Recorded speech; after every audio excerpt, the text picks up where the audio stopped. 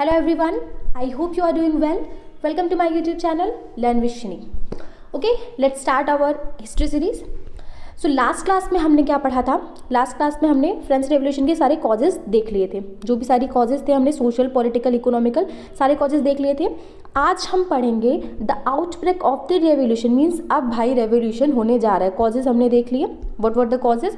Now the outbreak of the revolution. Revolution कैसे हुआ? Means लोगों में चीज़ें भरती गई। वो होता है ना कि पाप का घड़ा भरता है, तो वो भर गया, अब वो रेवोल्यूशन होना है। सो अब हम देखेंगे कि वो रेवोल्यूशन कैसे हुआ। ठीक, उससे पहले एक चीज़ हम रिवाइज करेंगे। क्या रिवाइज करेंगे? We will revise old regime. Old regime याद है?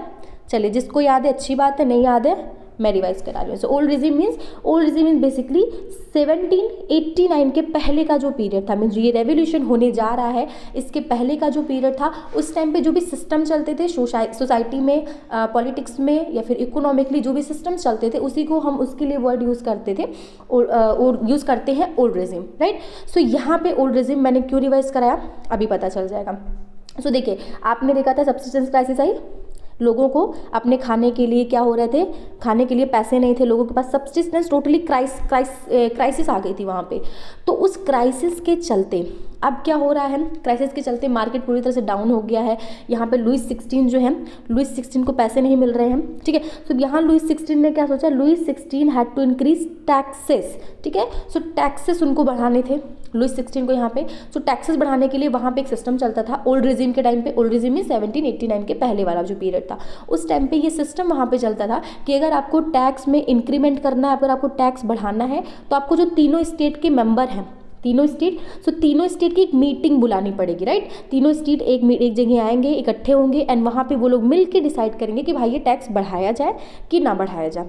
ओके, सो यहाँ पे एक चीज़ बताइए कि अगर कोई भी मीटिंग बुलाएगी, suppose first state, second state and third state के मेंबर है, तीनों आके एक मीटिंग में असेंबल हुए। So as you know that जो पेमेंट है टैक्स का, वो कौन करता है? Only by the third state. So यहाँ पे अपोज कौन करेगा? अपोज करेगा यहाँ पे केवल ये आपका जो थर्ड स्टेट है, यही आपका केवल अपोज करेगा। ये दोनों तो बोलेंगे भाई हमको तो पेमेंट करना नहीं है, तो ठीक है भाई बढ़ा दीजिए। ये भी बोलेगा नहीं करना है, बढ़ा दीजिए। अब देखिए यहाँ पे मेजोरिटी किसकी हो गई? 1 और 2 की। ये क्या आ गए भाई? माइनॉरिटी में आ गए। सो मेजोरिटी में आ गए तो इनकी बात सुन ली जाती थी, इसलिए क्या होता था? टैक्स बढ़ जाता था। इस बार क्या होता है? लेट्स सी क्या होता है। जो लुईस 16 ने जो बुलाई है मीटिंग, उसमें अब क्या होने वाला है? Let's see. Okay, so in France of the old regime the monarch did not have the power to impose tax. यहाँ पे जो मोनार्की है मीन्स राजा है, वो खुद से टैक्स नहीं बढ़ा सकता है।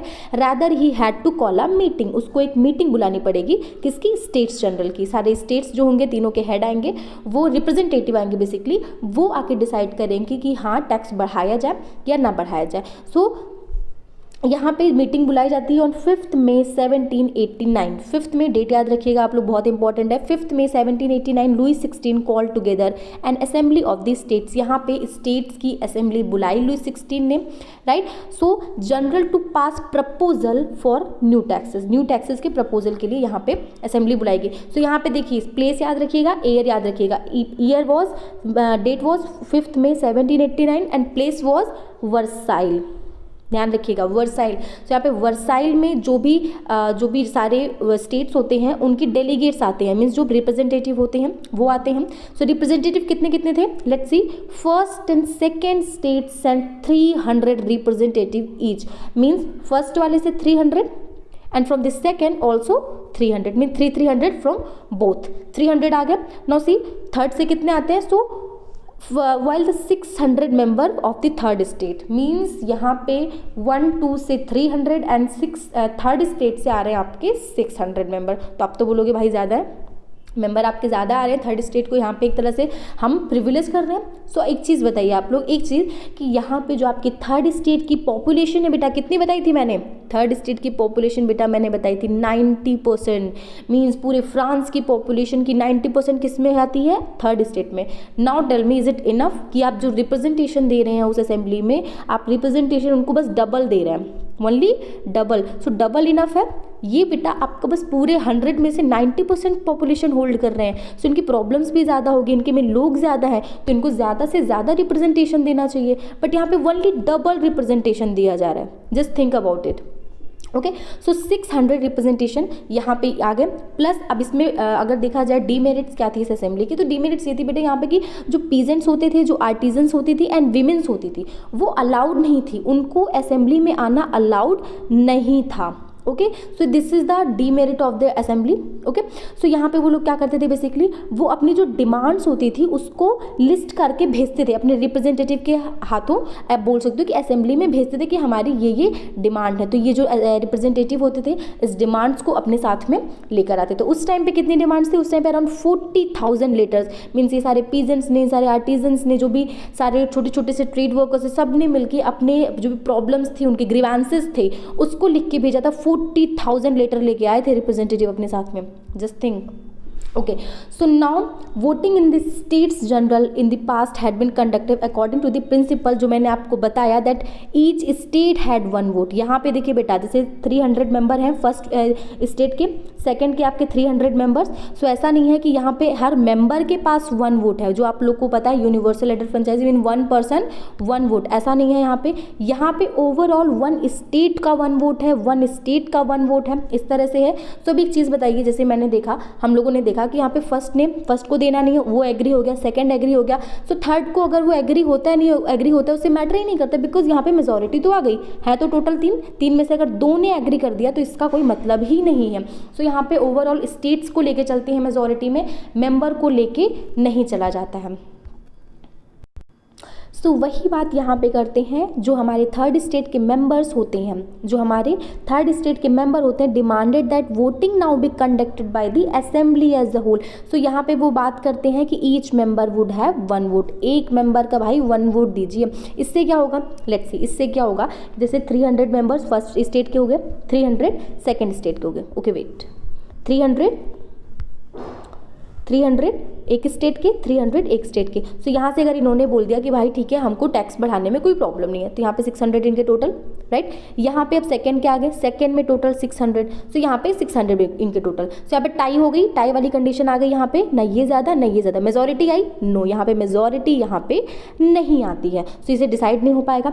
इसीलिए यहाँ पे जो थर्ड स्टेट के मेंबर्स थे, they demanded for that voting now be conducted by the process of each member one vote, means her member के पास यहाँ पे वन वोट होगा। तो ये फिलॉसफी कौन लेके आया था, ये हमने लास्ट क्लास में फिलोसफर्स देखे थे, 3 फिलोसफर्स देखे थे, ठीक है, हमने उनकी बुक्स भी देखी थी। तो यहाँ पे फिलोसफर कौन थे, रूसो। रूसो ने अपनी बुक में सोशल कॉन्ट्रैक्ट जो लिखी थी उस बुक में इस चीज़ को मेंशन किया था। ओके फाइन, आप लोगों ने जो अदर 2 फिलोसफर और हम लोगों ने पढ़े थे, एक तो हो गए रूसो की बुक थी सोशल कॉन्ट्रैक्ट। ना आप लोग नीचे कमेंट सेक्शन में करके बताइए कि अदर 2 फिलोसफर थे उनका नाम क्या था, प्लस उनके बुक के क्या नाम थे, दोनों कमेंट करके बताइए, पता चले आप लोगों को कितना याद है, ठीक है। सो कमेंट करके बताइएगा। फाइन, सो यहाँ पे उन लोगों ने डिमांड किया, बट जो किंग थे हमारे किंग भाई साहब लुइस 16, उन्होंने क्या किया, इस डिमांड को रिजेक्ट कर दिया। He rejected the proposal, members of the third state walked out of the assembly. So इस तरह से क्या होता है, जो थर्ड स्टेट के मेंबर्स होते हैं वो वॉकआउट कर जाते हैं असेंबली से, वो बाहर चले जाते हैं कि भाई हमारी डिमांड को सुना ही नहीं जा रहा है, तो क्या ही मतलब है, हम यहाँ पे एज अ फॉर्मेलिटी करने नहीं आए हैं। ओके, तो वो लोग चले गए। अब क्या करते हैं, वो लोग तो चले गए, अब ये लोग जाके करेंगे क्या। सो द रिप्रेजेंटेटिव और थर्ड स्टेट, जो थर्ड स्टेट के रिप्रेजेंटेटिव होते हैं वो अपने आप को, बिकॉज वो 90% पॉपुलेशन को रिप्रेजेंट कर रहे हैं बेटा, 90% पॉपुलेशन मीन 10% तो ऐसे ही किनारे हो जाते हैं। सो 90% पॉपुलेशन को वो रिप्रेजेंट करते हैं। सो इसलिए उन्होंने क्या समझा खुद को, they viewed themselves as the spokesman of the whole French nation. उन्होंने अपने आप को पूरे फ्रेंच नेशन का रिप्रेजेंटेटिव समझा, ठीक है। एंड उसके लिए उन्होंने क्या स्टेप लिए वो देखते हैं। सो ऑन दिस 20 जून, सो देखिए असेंबली कब बुलाई थी, 5 मई को, डेट याद रखिएगा, 5 मई को असेंबली बुलाई जाती है। एंड 20 जून को they assemble in the hall in of an indoor tennis court. यहाँ पे देखिए टेनिस कोर्ट में आ रहे हैं, उस टाइम पे कहाँ आए थे, उस टाइम पे हॉल में आए थे, यहाँ पे कोर्ट में आ रहे हैं, बिकॉज भाई ये गरीब लोग हैं तो इनके पास कोई बहुत बड़ी जगह नहीं है, बहुत बड़े इनके पास कोर्ट नहीं है, दरबार नहीं है कि वहाँ पे ये इकट्ठा होंगे। सो इनका टेनिस कोर्ट से काम चला ले रहे हैं, ठीक है। सो वर्साइले की टेनिस कोर्ट में आके असेंबल होते हैं ऑन दी 20 जून। क्या करते हैं भाई यहाँ पे, चलिए देखते हैं। ये करते हैं कि they declare themselves as a national assembly, वो अपने आप को नेशनल असेंबली को डिक्लेयर करते हैं। सो ये अगर आपसे पूछे कि नेशनल असेंबली कब फॉर्म हुई थी, इट वॉज फॉर्म और 20 जून 1789, राइट। ओके, सो यहाँ पे नेशनल असेंबली दे फॉर्म करते हैं एंड यहाँ पे वो कस्में लेते हैं कि वो अब एक कॉन्स्टिट्यूशन को फॉर्म करके रहेंगे, वो अब एक अपने नेशन के लिए एक कॉन्स्टिट्यूशन को फॉर्म करके रहेंगे, राइट। तो ये कॉन्स्टिट्यूशन को जो फॉर्म करने की बात आती है यहाँ पे, ठीक है। तो उसमें क्या होता है, बेसिकली उसमें होता है कि हम जो पावर्स हैं अब सारी जो पावर्स हैं अब पीपल को देंगे, जो मोनार्क की पावर है, मोनार्क मीन्स राजा की जो पावर है उसको हम क्या कर देंगे, रिड्यूस कर देंगे। सो बेसिकली उनके कॉन्स्टिट्यूशन का जो मेन मोटो था यही था। अब इसमें देखते हैं उसको लीडरशिप कौन कर रहा था। तो यहाँ पे लीडरशिप करने वाले बेटा दो नाम आते हैं, मीराबू एंड अबीसीज। सो यहाँ पे मीराबू की बात करें एंड अबीसीज की बात करें तो आप लोग को तो लगेगा कि ये थर्ड स्टेट के मेंबर है, but no, you are wrong, ये थर्ड स्टेट के मेंबर बिल्कुल भी नहीं है। ये जो मेंबर हैं लेट्स सी कौन थे। सो जो मीराबू होते हैं, Mirabeau was born in a noble family, ये नोबिलिटी से बिलोंग करते थे बेटा। जो आपने सारे स्टेट्स पढ़े थे, क्लर्जी, नोबिलिटी, प्रेजेंट्स, तो यहाँ पे ये नोबिलिटी से बिलोंग करते हैं, ओके। सो इनको क्या था भाई, ये तो खुद तो नोबल थे, बट इनको जो ये फ्यूडल सिस्टम था कि ये जो बड़े बड़े लैंडलॉर्ड हैं ये पैसे लेंगे ऐसा वैसा, तो इनको ये पसंद नहीं आता था, ठीक है। सो इनको जो फ्यूडल सिस्टम था, फ्यूडल प्रिविलेजेस थे, इनको खुद तो मिलता था बट इनको पसंद नहीं आता था, ठीक है। सो इसीलिए ये इसके अगेंस्ट थे। So he brought out a general and delivered a powerful speeches देते थे क्राउड को, जो भी असेंबली में लोगों को स्पीचेस देते थे। तो यहाँ पे जो वर्साइल में लोग इकट्ठा हुए थे, ठीक है, जो ये टेनिस वाले फील्ड में जो इकट्ठा हुए थे, इन्हें मिलके इन्होंने यहाँ पे स्पीच दिया और लोगों से बोला कि आप लोग अपने राइट के लिए बोलिए, ठीक है। ये देखिए यहाँ पे पिक्चर दी हुई है, द टेनिस कोर्ट ओथ। यहाँ पे देखिए लोग इकट्ठे हैं, लोग अपने राइट के लिए बोल रहे हैं, आपस में मिल रहे हैं, यहाँ पे देखिए दूसरे को शपथ दे रहे हैं, राइट। सो वही चीज़ है। Non next अबेसीज। सो अबेसीज कौन थे, अबेसीज थे ओरिजिनली ए प्रीस्ट थे, प्रीस्ट मीन्स क्लर्जी से ये बिलोंग करते थे। सो इन्होंने यहाँ पे एक इन्फ्लुएंशियल पैम्पलेट लिखा है। सो यहाँ पे ये जो थर्ड स्टेट के मेंबर्स थे उनको मोटिवेट करने के लिए, बेसिकली लोग मोटिवेट कर रहे थे, तो मोटिवेट करने के लिए इन्होंने एक पैम्पलेट लिखा था that what is the third state क्या है, what is the third state. तो इन्होंने थर्ड स्टेट को पूरी तरह से डिफाइन किया है, क्या क्या उनके कैसे उनको एक्सप्लॉयटेशन होता है, तो वो सारी चीज़ें बताएंगे, okay.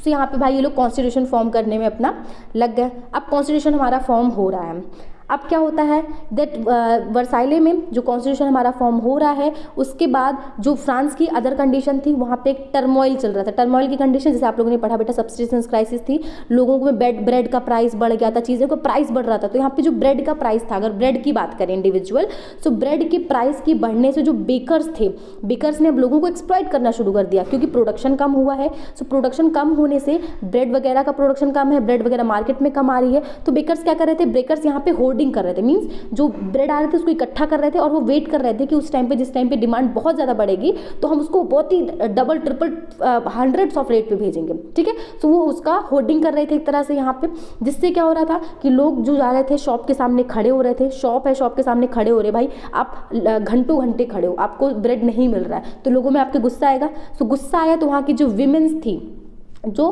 Crowd of angry women stormed into the shop, तो वो शॉप पे एक तरह से टूट पड़ी कि भाई गुस्सा बहुत हो गया, उनको खाने को नहीं मिल रहा है, पेट भरो हमारा, तो उनको गुस्से से वो फूट पड़ी और वो शॉप के ऊपर जाके वो लोग सब लोग टूट पड़े, ठीक है। And at the same time क्या होता है, the king order troops to move into Paris. So इसी टाइम पे जो किंग होता है वो जो ट्रूप्स होते हैं उनको ऑर्डर करता है कि जाके पेरिस पे क्या करो, अटैक करो, ओके। सो अब नेक्स्ट देखते हैं क्या होता है। नेक्स्ट ये है कि उसी टाइम पे जो बहुत सारे र्यूमर्स फैलने लगते हैं कि जो किंग है, किंग ने क्या कर दिया है, अपने ट्रूप को भेज दिया है कि आप जाके भाई जो भी पीपल्स हैं, पीपल पे क्या करो, ओपन फायर करो, क्योंकि वो अपना कॉन्स्टिट्यूशन बना रहे हैं, सारे स्टेप्स ले रहे हैं, तो आप ऊपर क्या करो, ओपन फायर करो, ठीक है। अब ये र्यूमर फैलने लगा, तो लोगों में गुस्सा आया, लोग भी जाके क्या करने लगे, लोग भी जाके अटैक करने लगे, लोग ग्रुप बना के अटैक करने लगे, जो भी नोबल की घर होते थे, नोबल्स की फैमिली होती थी, वहाँ पर अटैक करने लगे जाके, किसकी खोज में, वो भी अब क्या चाहते थे, वो भी अब वेपन्स, उनको लग रहा था कि वेपन इकट्ठा करके रखा गया है, तो लोग अब जाके वेपन की खोज रहे थे, इसलिए जाके जो कोर्ट थे, उनके दरबार थे, उनके घर थे, उनके महल थे, वहाँ पे जाके अब अटैक करने लगे पीपल्स, ठीक है। So in the countryside, rumor spread from village to village that the lords of the manor had hired band of brigands who were on their way to destroy the rip crops. So यहाँ पे ये भी एक rumour फैला था कि जो manner है, मैनर मीन्स जो पीजेंट्स हैं, तो पीजेंट के जो लॉर्ड होते थे, मीन्स लैंडलॉर्ड की, आप एक लैंडलॉर्ड है, लैंडलॉर्ड अपने लैंड पे काम करवाता था मैनर लोगों से. तो यहाँ पे जो मैनर के जो लॉर्ड हैं उन्होंने बैंड ऑफ ब्रिगेंड्स में डाकुओं को हायर किया है. किस लिए डाकुओं को हायर किया है? ताकि वो आके जो क्रॉप रिप हो चुके हैं, जो क्रॉप बन चुके हार्वेस्ट होने वाले हैं, उनको क्या करे, डिस्ट्रॉय कर सके. ठीक है. सो इससे गुस्सा और लोगों का बढ़ा. अब ये पीजेंट्स जो थे ये अब उनको डर भी लगने लगा कि अब ये क्या होगा, इनमें एक तरह से फियर आ गई. यहाँ पे इसको बोला जाता है कि ये the spread of the great fear. देखिए यहाँ पे एक वर्ड यूज किया गया बेटा, the spread of the great fear. लोगों में डर आने लगा कि ऑलरेडी हमारे पास खाने को नहीं है, अब जो है उसको भी खत्म किया जा रहा है. तो एक ग्रेट फियर लोगों में स्प्रेड होती है. ठीक है. सो इसी की वजह से लोगों में अब और गुस्सा भड़का, लोगों में और डर भड़का, जिसकी वजह से जो यहाँ पे चैट्यूक्स मीन्स होता है जो नोबिलिटी है, नोबिलिटी सेक्शन, उनका जो घर होता है उस पर ये लोग अटैक करने लगे. दे लूटेड होर्डेड ग्रेन, जो भी ग्रेन को होर्डिंग करके मीन्स इकट्ठा करके रखा हुआ था, उसको जाके इन्होंने लूट लिया. ठीक है, लूट लिया. प्लस उन्होंने जो डॉक्यूमेंट्स थे, डॉक्यूमेंट्स कौन से, ये डॉक्यूमेंट जो बता रहे थे कि कौन से मैनोरियल ड्यू मीन्स जो भी पीजेंट्स ने जो लोन ले रखा था, ठीक है, जो उनके ऊपर कर्जा था, उसके जो भी रिकॉर्ड थे इन लोगों ने जाके उसको क्या कर दिया, बर्न आउट में से उसको जाके जला दिया. जिससे क्या हुआ, अब नोबल्स भाई डर गए. इतने लोग भाई 90% पॉपुलेशन है, सब आके टूट पड़ी है. अब वो तो भाई 10% बच्चे हैं, किनारे हो गए. तो क्या करें, the large number of noble fled, वो भाग गए. कहाँ से? अपने घर से भाग गए या फिर दूसरी नेबरिंग कंट्रीज में जाके क्या करें, छुप गए. ठीक है. अब ये होता है, अब इतना चीज़ें हो गई, इतनी सारी स्प्रेड ऑफ जो ग्रेट फियर थी, इतनी सारे लोगों ने अटैक किए, पीपल ने इतना भारी रेवोल्यूशन कर दिया. एक तरह से यही पूरा रेवोल्यूशन हो गया, इतने हाई लेवल पे हो गया कि आप जाके किले फोड़ रहे हो, नोबिलिटी के घर जाके तोड़, जिससे आप डरते थे, आज जाके आप उसके घर फोड़ रहे हो, उसके घर में जाके घुस रहे हो. सो इतने हाई लेवल पे जो एक तरह से ये रेवोल्यूशन हुआ, इससे सब डर गए. सो जो किंग महाराज थे हमारे, वो भी डर गए. सो उन्होंने क्या किया लास्ट में, Louis 16 finally accorded recognition to the national assembly. यहाँ पे नेशनल असेंबली जो हमारी फॉर्म हुई थी उसको क्या मिल जाती है, रिकॉग्निशन.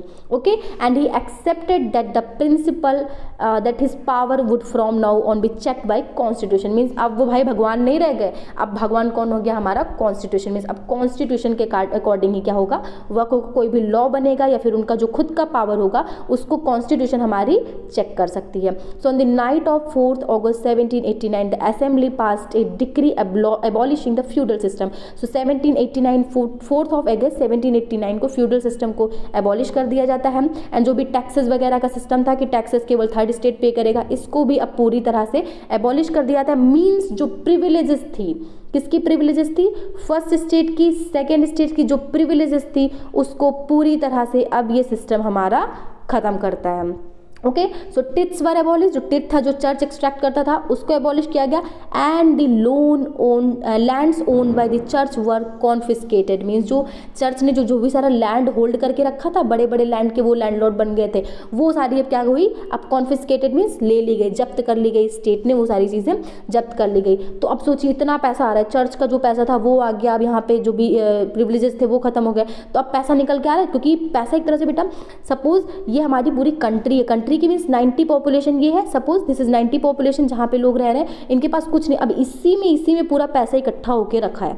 ठीक है. और इनसे पैसा कोई ले नहीं रहा है. अब ये पैसा जब निकल के यहाँ आएगा, ठीक है, पूरा इक्वालिटी से पैसा ये यहाँ पे बटेगा, तो क्या होगी, उससे सरप्लस होगी. एंड यहाँ से आप एक तरह से बोलते हो the government acquire asset worth at least 2 billion livres. यहाँ पे 2 बिलियन लीवियर जो डेट चढ़ा था यहाँ पे फ्रांस के ऊपर, तो यहाँ पे 2 बिलियन जो डेट था वो यहीं से निकल के आएगा, जो इन लोगों ने जब्त करके रखा हुआ था. चर्च वगैरह ने जो पैसे जब्त करके रखे हुए थे, अपने पास इकट्ठे करके रखे हुए थे, वो पैसे यहीं से इनके निकल के आएगा. तो एसेट यहाँ से इन्होंने अपना पेमेंट कर दिया. Okay. So next, France becomes a constitutional monarchy. So यहाँ पे हो गया कि हमारा जो फ्रांस है वो एक वहाँ पे उसने नेशनल असेंबली को यहाँ पे रिकॉग्निशन दे दी. जो हमारे मोनार्क हैं, राजा महाराज, उन्होंने नेशनल असेंबली को रिकॉग्निशन दे दिया और यहाँ पे कॉन्स्टिट्यूशन को क्या किया, अडॉप्ट किया गया. ठीक है. So the national assembly completed the draft of the constitution in 1791 में 1789 में क्या हुआ, हमारा रिवोल्यूशन हुआ. एंड 1791 में इन्होंने जो कॉन्स्टिट्यूशन का जो ड्राफ्ट था उसको क्या कर लिया, कंप्लीट कर लिया. नाउ लेट्स सी कि क्या क्या इसके ऑब्जेक्टिव्स थे यहाँ पे? So its main object was to limit the power of the monarch. So इसका main objective as I told you कि कॉन्स्टिट्यूशन हमारा जो बना वो इसीलिए बना कि यहाँ पे मोनार्क की पावर को कम किया जाए और पावर किसको ट्रांसफर की जाए? पीपल्स को ट्रांसफर की जाए। ओके, सो यहाँ पे पावर जो थी मोनार्क की कम की जाए। दिस पावर इंस्टीड ऑफ बिगिन concentrated in the hand of one person, एक पर्सन के हैंड में कॉन्सेंट्रेट होने की बजाय now it will be assign to different institution, different institution को असाइन किया जाए, जैसे लेजिस्लेचर है, एग्जीक्यूटिव है, जुडिशरी। यहाँ पे मीन्स पावर को एक तरह से हम बांट रहे हैं, डिवाइड कर रहे हैं पावर। ये वाली थ्योरी किसने दी थी? ये फिलॉसफी किसने दी थी? बताइएगा। ये फिलॉसफी कौन से फिलोसफर ने दी थी कि पावर्स जो हैं उनको डिफरेंट ऑर्गन्स में डिवाइड किया जाए, पावर को सेपरेट किया जाए, गवर्नमेंट को एक जगह पे कॉन्सेंट्रेट ना किया जाए। ये थ्योरी, ये फिलॉसफी किसने दी थी? सो इससे क्या होता है? This made France a constitutional monarchy. यहाँ से हमारा जो फ्रांस है वो एक कॉन्स्टिट्यूशनल मोनार्की बन के बाहर निकलता है। सो यहाँ पे देखिए फिगर दिया हुआ है which explain the new political system, जो यहाँ पे फ्रांस का पॉलिटिकल सिस्टम है। सो देखिए बेटा, यहाँ पे भले ही रिप्रेजेंटेशन दिया गया कि लोगों को वोटिंग राइट्स दिए गए कि आप अपने मोनार्की नहीं है, यहाँ पे मोनार्की को पावर नहीं दी जाएगी, भले से सारी चीज़ें हुई, बट इसके कुछ ड्रॉबैक थे, वो मैं बताती हूँ क्या ड्रॉबैक थे। सो ड्रॉबैक बेसिकली ये थे कि यहाँ पे आप as you can see this is legislature, this is executive and this is judiciary. So यहाँ पे देखिए पीपल क्या कर रहे हैं? पीपल यहाँ पे वोट कर रहे हैं एज यू कैन सी। सो यहाँ पे एक एक्टिव सिटीजन, एक पैसिव सिटीजन का कंसेप्ट है। एक्टिव सिटीजन वो है जो वोट कर सकते हैं, पैसिव सिटीजन वो है जो वोट नहीं कर सकते हैं। तो देखिए यहाँ पे अभी भी सोसाइटी को एक तरह से डिवाइड किया गया है। किस बेसिस पे डिवाइड किया गया है अभी आप हम लोग बाद में पढ़ेंगे, बस यहाँ पे भी इतना समझिए कि जो टैक्स दे सकते हैं, जो टैक्स का पेमेंट कर सकते हैं उनको एक्टिव बनाया गया, जो टैक्स का पेमेंट नहीं कर सकते उनको पैसिव बनाया गया। ठीक है, सो यहाँ पे पूरी तरह से यूनिवर्सल फ्रेंचाइजी का सिस्टम नहीं है, यहाँ पे बस वही है, कुछ एक्टिव सिटीजन है जो वोट कर सकते हैं। टोटल 28 मिलियन की पॉपुलेशन है यहाँ की, उसमें से केवल 4 मिलियन ही वोट कर सकते हैं। मीन्स अभी भी 24 मिलियन पॉपुलेशन क्या है, इससे बाहर है। ठीक है, सो इन्होंने वोट दिया। अब देखिए यहाँ पे वोट करके इन्होंने 50,000 मैन, मीन्स वीमेन नहीं है यहाँ पे, ध्यान से देखिएगा, वनली मैन की बात हो रही है। सो 50,000 मैन यहाँ पे इलेक्ट हो के आए, इनको क्या बोला गया? इलेक्टर। अब ये क्या करेंगे? अब ये जो इलेक्टर है ये वोट करके क्या बनाएंगे? National assembly. Means national assembly direct active citizen भी वोट करके नहीं बना रहे हैं। ये नेशनल असेंबली जो फॉर्म हो रही है बेटा, ये भी क्या फॉर्म हो रही है? इनडायरेक्टली फॉर्म हो रही है। क्लियर हो रहा है? चमका? इनडायरेक्टली फॉर्म हो रही है, ये चमक रहा है कि नहीं सभी को? सो ये यहाँ पे पहले तो यहाँ पे एक्टिव पैसिव सिटीजन में बांट दिया, उसके बाद भाई यहाँ पे जो नेशनल असेंबली है उसको भी अब क्या कर दिया? इनडायरेक्टली वोट करके आप लेजिस्लेचर में ला रहे हो। अब चलिए भाई ये आगे नेशनल असेंबली, अब नेशनल असेंबली क्या करेगी? एज यू हैव लर्न कि यहाँ पे जो नेशनल असेंबली क्या करेगी? किंग की पावर को कंट्रोल करके रखेगी, चेक करेगी किंग की पावर को। किंग अपनी मनमानी नहीं कर सकते, भगवान नहीं है अभी भी। तो यहाँ पे नेशनल असेंबली किंग के पावर को चेक करेगी, प्लस किंग के साथ में जो मिनिस्टर है, मीन्स ये किंग और मिनिस्टर मिलकर तो एग्जीक्यूट करेंगे पावर को, जो ये लॉ बनाएगी तो इसकी पावर्स को चेक करेगी, किंग की पावर्स को एंड मिनिस्टर की पावर को चेक करेगी। ठीक है, एंड लास्ट में क्या है हमारी? जुडिशरी। तो जुडिशरी को भी हमारे जो एक्टिव सिटीजन होंगे ये वोट करके क्या बनाएंगे? जुडिशरी बनाएंगे। राइट, सो क्लियर हुआ? So this was all about the political system of the France. तो यहाँ पे फ्रांस का जो न्यू पॉलिटिकल सिस्टम था वो यही था। ओके, सो वही चीज़ बताई गई है यहाँ पे। The constitution of 1791 vested the power to make laws in the national assembly. यहाँ पे नेशनल असेंबली को दी जाती है जो इनडायरेक्टली इलेक्टेड होती है। तो यहाँ पे मीन्स जो सिटीजन्स जो हैं वो जो ग्रुप ऑफ इलेक्टर को चूज़ करते हैं, जो बाद में जाके असेंबली को चूज़ करती है। ठीक है, सो यहाँ पे देखते हैं किसको किसको वोट करने का राइट है। So only men above 25 years, जो 25 से ज़्यादा हैं उनको वोटिंग राइट है। प्लस जो टैक्स पे करते हैं, कौन सा टैक्स पे करते हैं? Equal to at least 3 days of labour. Means कोई भी लेबर है, लेबर के 3 डेज के वेज के इक्वल वो पे कर रहे हैं टैक्स, उन्हीं को बस राइट है। एंड उनको ही हम लोग क्या बोल रहे हैं? Active citizen. मीन्स 25 ईयर से ज़्यादा हो। 2 पॉइंट्स है, एक्टिव सिटीजन होना है अगर आपको फ्रांस में, तो आपको क्या होना पड़ेगा? आपकी एज 25 से ज़्यादा होनी चाहिए, प्लस आप मैन होने चाहिए। ठीक है, प्लस 25 से प्लस उसमें उसके अलावा क्या है कि आप जो है किसी भी लेबर के 3 दिन का जो वेज होता है, उसकी सैलरी जो होती है उतने का आप टैक्स पेमेंट करो। तो 3 कंडीशन हो गई यहाँ पे। ठीक है, so the remaining man and all women were classed as passive. बाकी जो विमेन है, चिल्ड्रेन है और बाकी जो भी टैक्स नहीं पे कर पा रहे हैं मैन में, सो वो सब किस में आ जाएंगे? आपका पैसिव सिटीजन में आ जाएंगे।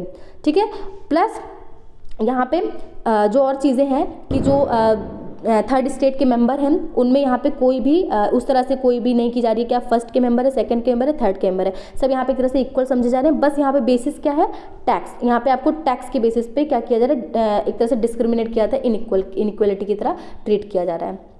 ओके,